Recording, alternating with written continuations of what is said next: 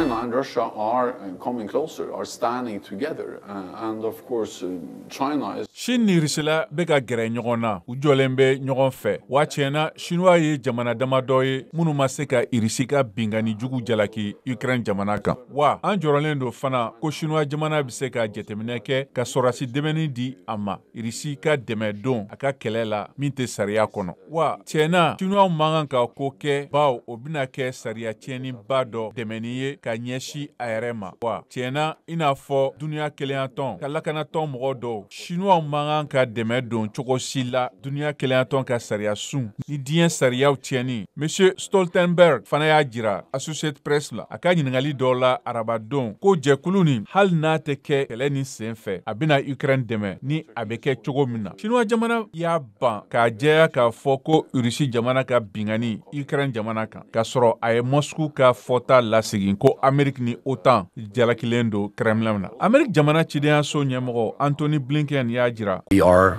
concerned that China is considering supporting Russia's war effort in Ukraine with lethal assistance. Ko Siniwa jamana sendoni Kremlin ka kɛlɛkɛ seko la o bɛna kɛ gɛlɛya juguba ye. I'm not going to lay out what the consequences would be. I shared these concerns directly